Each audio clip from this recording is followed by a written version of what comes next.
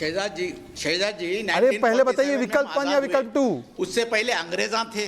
अरे सुनो यार, पहले ये तो बताओ कि कौन से आप अपने घर में कौन सी संस्कृति चाहते हैं? 1947 से लेकर सब गलत।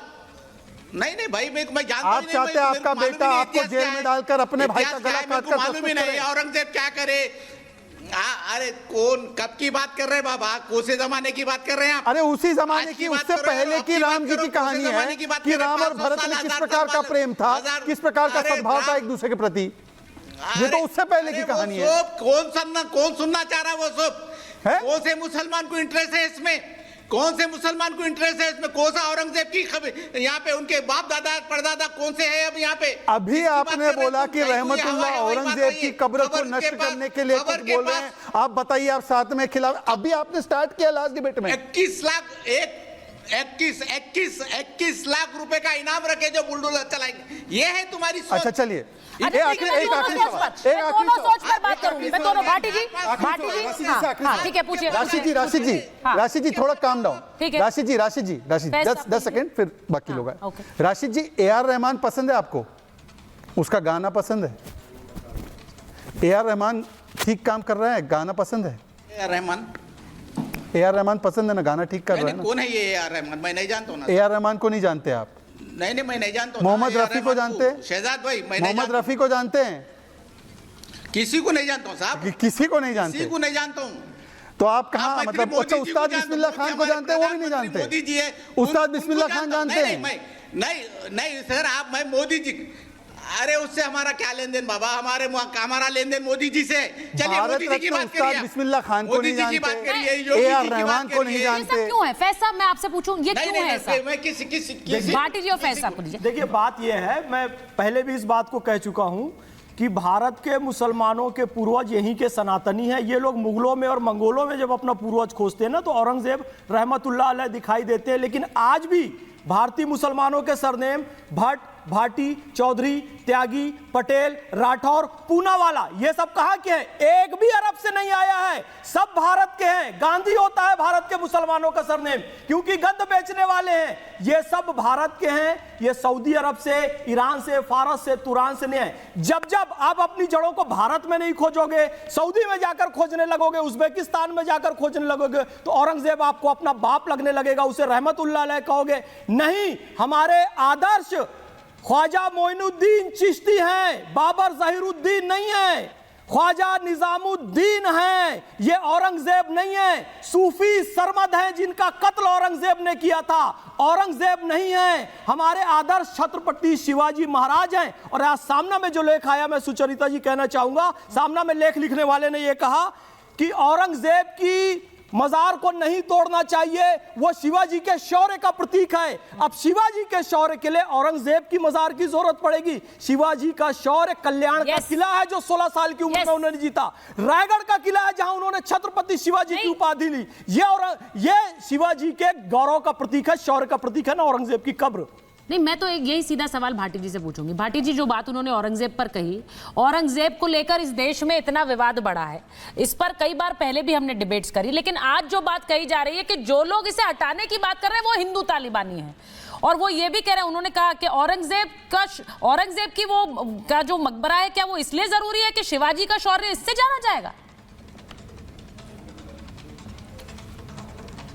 भारतीय जनता पार्टी के मित्रों को केवल एक बात समझनी चाहिए कि जिसने भी विध्वंस की और तोड़फोड़ की राजनीति या की है, वो हमेशा खलनायक के तौर पर जाने गए हैं इतिहास में।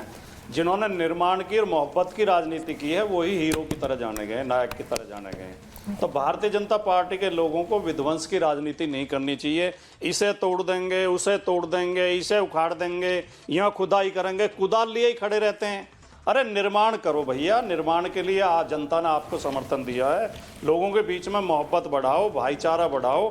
ये जो आप रोजाना नफरत फैलाते हो, रोजाना आप लोगों को आपस में लड़ाने की तरकीबें लेके आते हो, इससे देश का बहुत भारी नुकसान होने वाला है। देश का कोई भला होने वाला नहीं है। शिक्षा पे ध्यान दो, नौकरी पे ध्यान दो, सड़कों पे ध्यान दो, बिजली पानी पे ध्यान दो, इससे देश का भला होगा। किसी की कब्र उखाड़ने से, किसी की मस्जिद तोड़ने से या किसी के को धमकी देने से इस देश का कोई भला होने वाला नहीं है। भारतीय जनता पार्टी के लोगों को ये छोटी सी बात समझ लेनी चाहिए। मैं एक सवाल पूछूं, उसके बाद शहजाद जी आप रिएक्ट करिएगा। भाटी जी ने जो बात बोली है, मतलब वक्फ पर धरना प्रदर्शन हो, उनकी बोली तो आपको कभी धमकी नहीं लगती है भाटी जी? आपने अभी बोल भी दिया कि जो वो कह भी रहे अदीब साहब, वो धमकी नहीं है, वो तो आंदोलन का अधिकार है। लेकिन यहाँ पर अगर कोई मकबरे को हटाने की बात कर रही तो वो धमकी भी है और वो जहर घोलने वाली राजनीति भी है। तो ये डबल स्टैंडर्ड है कि नहीं है भाटी जी? ये नहीं है डबल स्टैंडर्ड?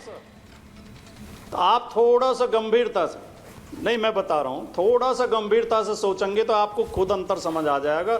एक बचाने की बात कर रहा है, एक हटाने की बात कर रहा है। जो बचाने की बात कर रहा है वो सकारात्मक है, वो रचनात्मक है। जो हटाने की, तोड़ने की बात कर रहा है वो नकारात्मक है, वो नेगेटिव है। और आंदोलन का अधिकार हमारा संविधान ही देता है। सर, जो बचाने की बात कर रहा है ना, वो दूसरे की घेर कर अपनी बचाने की बात कर रहा है, वो भी तो समझिए। अपनी बचानी अपना नहीं है वो, उस पर आपने कब्जा करके रखा है, उसे आपको बचाना है। शहजाद जी, isn't the difference apparent? मुझे नहीं पता कि ये तो भाटी जी बता रहे हैं कि जो एकता को बनाने की और बचाने की बात कर रहे हैं तो वो सही है, और जो एकता को खंड खंड कभी भाषा में, कभी रीजन में और कभी कास्ट में करना चाह रहे हैं तो वो खंड खंड कर रहे हैं। तो आज अभी स्वीकारा उन्होंने। परंतु मैं दूसरे सवाल पे आना चाहता हूं। ये अबू आजमी जो महाराष्ट्र के इनके सबसे बड़े नेता है, जब औरंगजेब के बारे में बोलते हैं कि क्रूर नहीं था, ये महान व्यक्ति था, इसने मंदिर बनाए, तो क्या ये एजुकेशन और मैथ्स की बात है? और दूसरी बात, जर्मनी में अगर कोई भी व्यक्ति हिटलर का महिमा मंडन करे तो क्या उसको नफरती बोला जाएगा या प्रेम वाला बोला जाएगा? इन्हीं की लॉबी बोलेगी नफरती है। ये हिटलर का इक्विवेलेंट है औरंगजेब। जिस प्रकार से उसने हिंदुओं को मारा, जिजिया उनसे लिया, उनको कन्वर्ट करने के लिए तलवार की नोक पर धमकाया, मंदिर तोड़े, तो ये मॉडर्न उस समय का हिटलर है। तो मुझे बताइए कि ऐसे हिटलर का महिमा मंडन करना ये नफरती है या ये प्यार का संदेश है? राजकुमार भाटी जी, अपने ही स्थापित पैमानों के हिसाब से बताइए। सर 10 सेकंड में। अरे शहजाद भाई, आपको मेरी सलाह है कि हिटलर की बुराई मत करो। आरएसएस के आदर्श हैं वो हिटलर। अरे साहब, ऐसा है, आए थे हेडगेवार जी, ऐसा है राजकुमार भाटी जी, राजकुमार भाटी जी, बुराई मत करो वरना राजकुमार भाटी जी, मुझे किसकी अच्छाई बुराई करनी है छोड़ दो। अपने तो यहाँ पर आपके यहाँ प्रथा है, टीपू राम रखा है आपने, आप टीपू नाम रखना छोड़ दो। टीपू, तैमूर, औरंगजेब ऐसे नाम रखना छोड़ दो। कम से कम अपने घर में ये सलाह पालो कि ऐसे क्रूर आक्रांताओं के नाम पर अपने नेताओं का नाम मत रखो। अपने नेताओं का नाम ऐसे क्रूर आक्रांताओं के नाम पे मत रखो। कोई ना तो क्रूर था ना आक्रांता था, इतिहास पढ़ो थोड़ा बहुत। नहीं साहब,